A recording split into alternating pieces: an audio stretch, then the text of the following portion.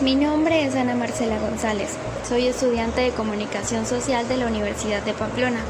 En este video voy a tratar de resumir un poco el porqué y para qué de una filosofía de la comunicación, teniendo como base el libro de Fernando Buenabad Domínguez, Filosofía de la Comunicación. Antes de entrar al tema central, quisiera hacer una introducción para ponernos en contexto respondiendo a la pregunta ¿qué es filosofía y qué relación tiene esta con la comunicación? Si dividimos el término filosofía, tendríamos dos palabras en griego distintas: philo, que significa amor, y sophos, que significa sabiduría, lo que nos lleva a pensar en el amor humano por la sabiduría y el conocimiento. En visión del materialismo dialéctico, la filosofía es la ciencia que trata las leyes que rigen el desarrollo de la naturaleza, del pensamiento y de la sociedad humana misma. La filosofía se fundamenta en estudiar la relación del ser y el pensar. Esta doctrina utiliza un conjunto de razonamientos lógicos y metódicos basándose en la ciencia y las causas y efectos de la naturaleza sobre distintos conceptos como la existencia, la verdad y la ética. Pero, ¿qué tiene que ver la filosofía con la comunicación? La relación entre la filosofía y la comunicación se ha venido explorando desde el pensamiento filosófico del siglo XX. Sin embargo, han estado emparentadas desde los comienzos de la propia filosofía. La comunicación consiste en transmitir e intercambiar mensajes entre un emisor y un receptor.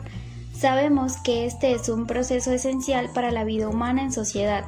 Nos permite expresarnos y compartir información unos a otros, además de abrirnos paso a las relaciones interpersonales.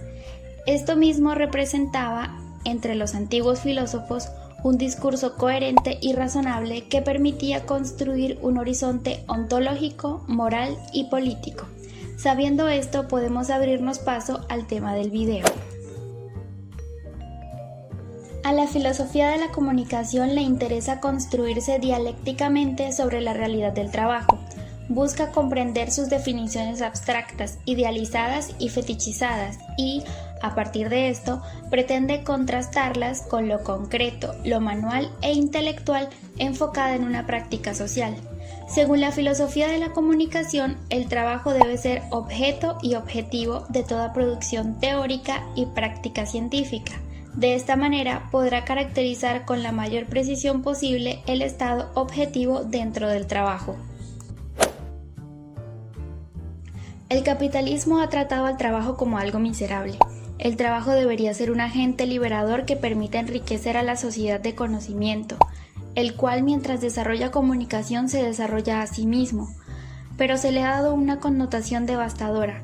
Ahora se siente como una calamidad que desgasta el espíritu, el cuerpo. Los trabajadores viven de sueldos miserables, soportan humillaciones de jefes prepotentes amenazándolos con recortes de personal, y son en realidad estos seres de cachetes rojos y regordetes, con peluquines y corbatas asfixiantes, los que se enriquecen con el quehacer de la clase obrera. El trabajo se ha convertido en una tortura legal, en una máquina de infelicidad. Nadie, además del propio trabajador, puede entender lo que siente éste al ser despedido. Nadie repara esa grieta, nadie entiende lo que eso significa.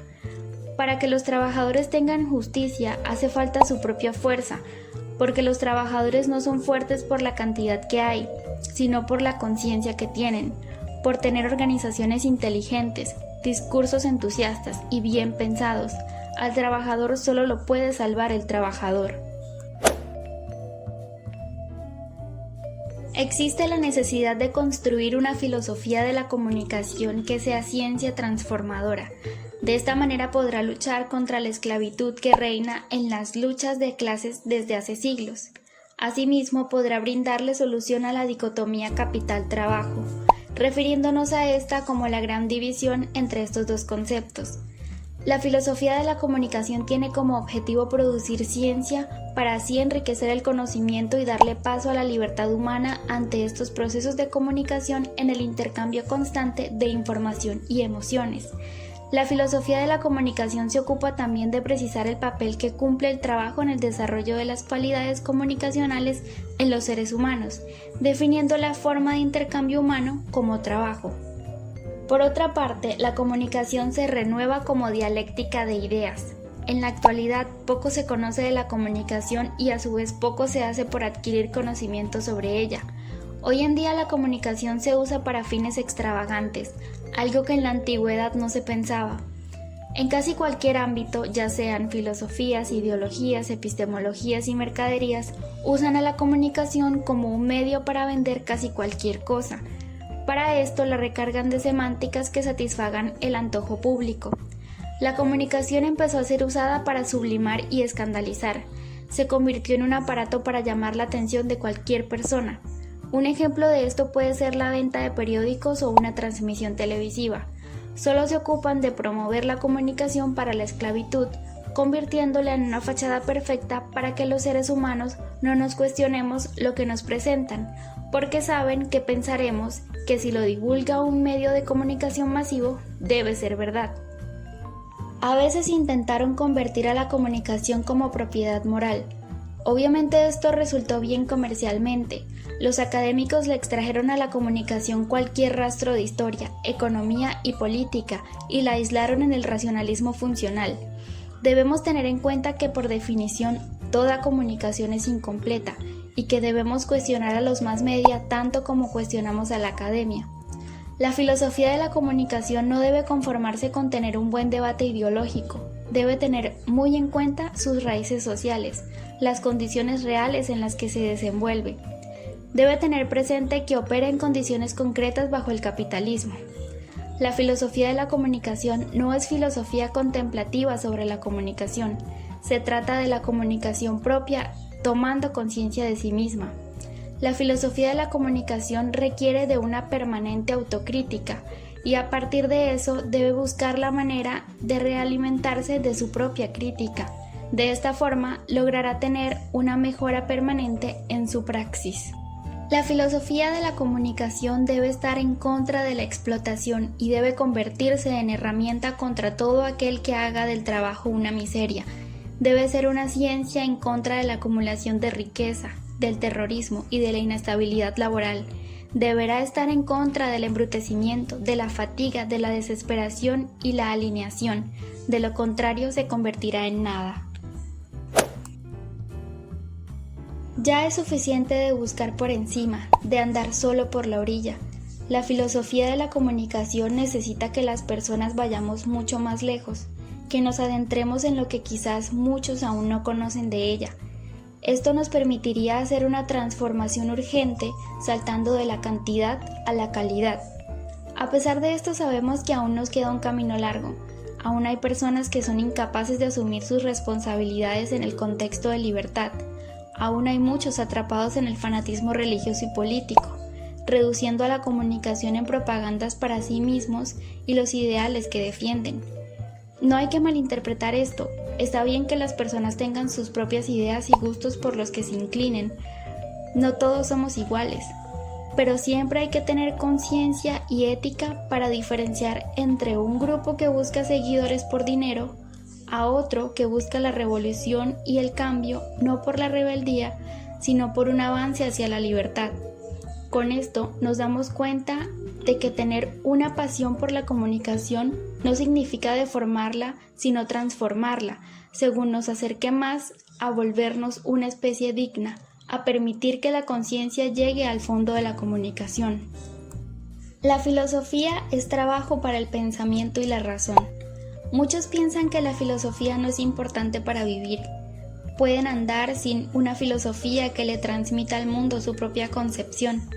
Sin embargo, las personas filosofamos sin siquiera saber que lo estamos haciendo. Le llaman sentido común, pero sus pensamientos no son más que una parte de ideología dominante implantadas por la misma clase dominante, y esta misma se sirve de su persuasión hacia la humanidad para expandir su fuerza en contra de la clase trabajadora, teniendo esta un papel antagónico principal. Existen algunas recomendaciones para filosofar y darnos cuenta de que lo estamos haciendo. Podemos filosofar de diversas maneras y con distintos métodos. No es fácil mencionarlas todas, pero sí podemos profundizar en algunas. Primero debemos dejar de lado toda aquella filosofía que sea deprimente. Hay que dejar de lado las ideas que nos definen como inútiles, incapaces, malos. La filosofía de autocrítica fuerte no nos llevará a ningún lado. Debemos estar seguros de que nuestra lengua está no solo conectada con el pensamiento, sino también con el corazón. Esto para permitirnos pensar sin llegar a ser cínicos y a sentir con sinceridad. Hay que hacer a un lado el individualismo. Debemos tener presentes que nuestros pensamientos deben construir caminos para todos.